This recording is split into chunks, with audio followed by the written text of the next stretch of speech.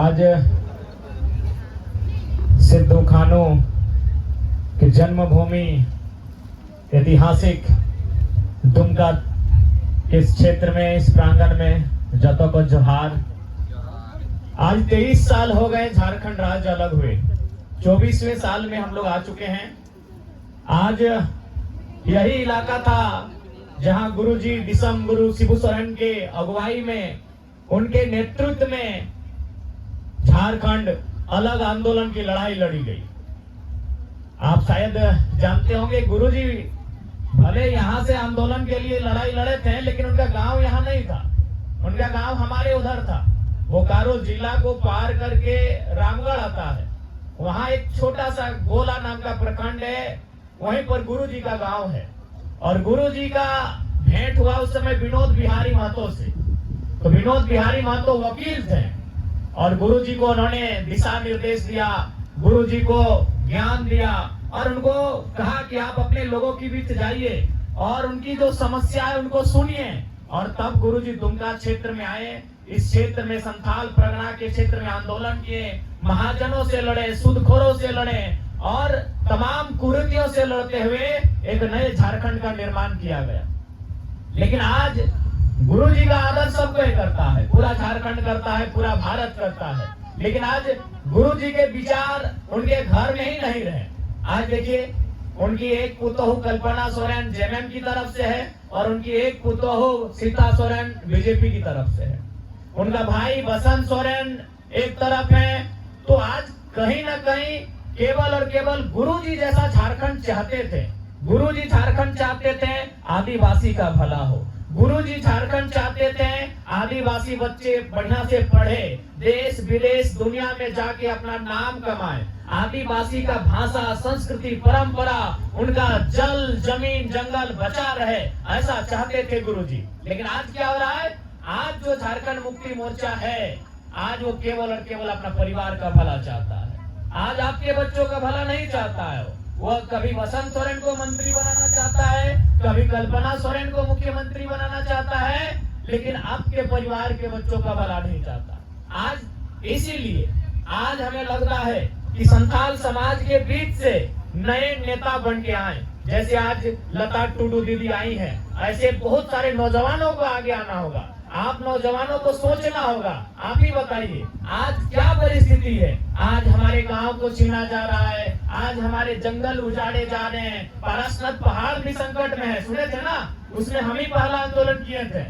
जब पारसनाथ पहाड़ का मैटर आया था, पहला आंदोलन और आवाज हम बुलंद किए थे कि पारसनाथ पहाड़ में मरांग गुरु भी रहते हैं, इसीलिए आप सभी की आस्था का सम्मान कीजिए, लेकिन मरांग गुरु का अपमान आप नहीं कर सकते हैं कि पारसनाथ किसी एक समुदाय का नहीं है।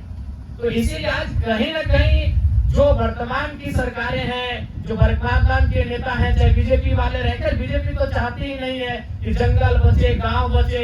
वो सारा चीज अडानी को दे देना चाहती है, वो सारा चीज उद्योगपतियों को दे देना चाहती है।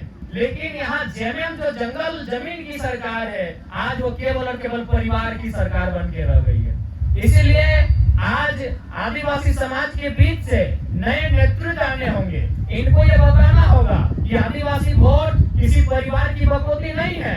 जो आदिवासी के समस्त समाज के बारे में सोचेगा, सभी के कल्याण के बारे में सोचेगा, आदिवासी समाज उसी के साथ जाएगा। चाहे वह दमयंती मुंडा दीदी रहे, चाहे बेबी लता टुडू दीदी रहे। जो आदिवासी के बारे में सोचेगा, आदिवासी भी अपना वोट उसी को देगा। वो किसी एक परिवार की बकौती बनके नहीं रहेगा।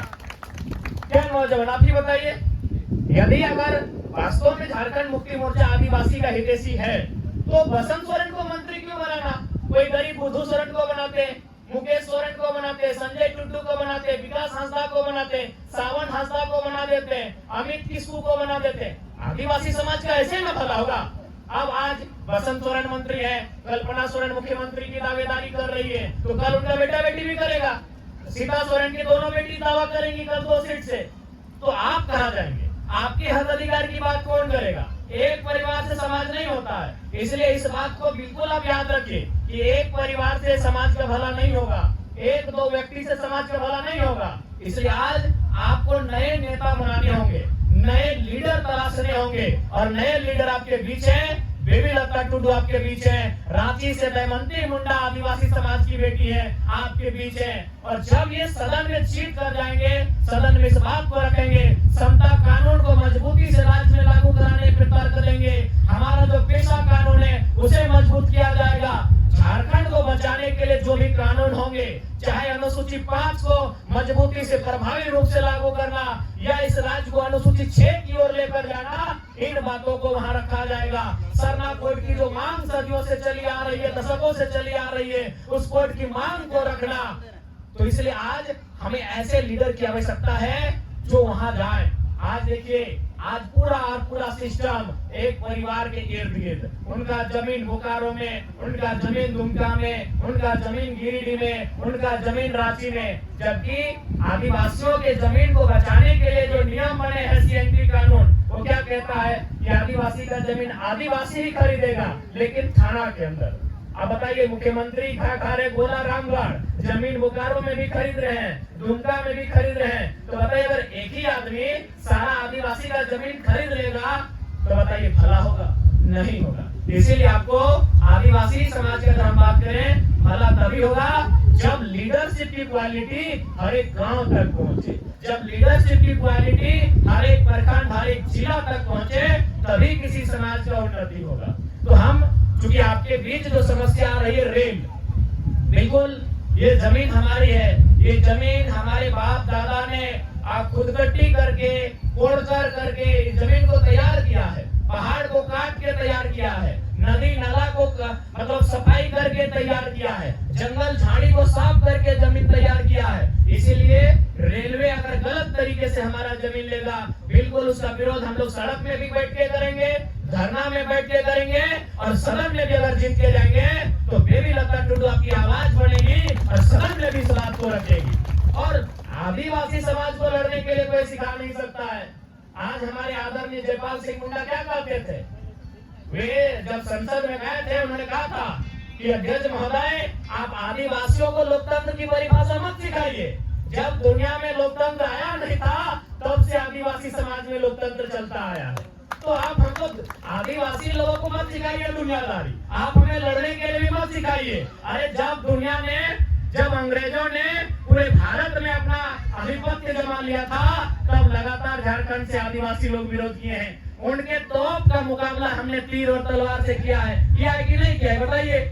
आज यही दुमका की धरती, यही सिद्धू कान्हू की धरती, आज इसी धरती से हमारे जो आदिवासी मूलवासी उस समय हुआ करते थे, उन्होंने हजारों की संख्या में जान देकर अंग्रेजों से मुकाबला किया है। तो इसलिए रेल आए चाहे कोयला आए, आदिवासियों का इतिहास लड़ने का रहा है। हमारा इतिहास अपने अधिकार के लिए लड़ने का रहा है। हम किसी से पीछे नहीं हटेंगे। अरे उतना तो छोड़िए, बिरसा तो लड़े ही लड़े, सिद्धू कान्हू लड़े ही लड़े हैं। एक इस देश में गांधी हुआ करते थे।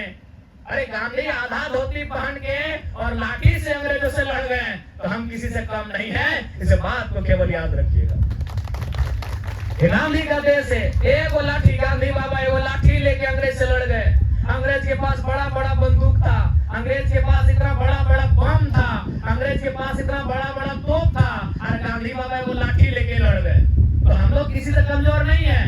बस हम लोग हिम्मत कीजिएगा, ये जमीन, ये जंगल, ये पहाड़, ये गांव, ये खेत, ये खलिहान, ये सरकार की नहीं है, वो हमारी है। सरकार कब बना है बताइए तो? 1947 में। अच्छा बताइए, क्या हम लोग 1947 से यहाँ रहते हैं? पता नहीं कब से रहते हैं भैया। तो सरकार का कैसे ये गांव हुआ, सरकार का कैसे ये पहाड़ हुआ? ये हमारा है, हमारे बाप दादा का है। इसलिए इस बात को याद रखिए, हम लोग सदन में भी लड़ेंगे और सड़क में भी लड़ेंगे। इसके लिए आप तैयारी कीजिए। भारत गांधी का देश है, भारत बिरसा का देश है। हम लोग कहीं पीछे नहीं हटेंगे। उनके तोप का सामना, उनकी गोलियों का सामना हम लाठी से करेंगे, किताब से करेंगे, कलम से करेंगे, लेकिन अपने अधिकार से समझौता नहीं करेंगे। तो ज्यादा समय नहीं है, हम लोग फिर हमारे बीच हमारी प्रत्याशी है बेबी लता टुडू।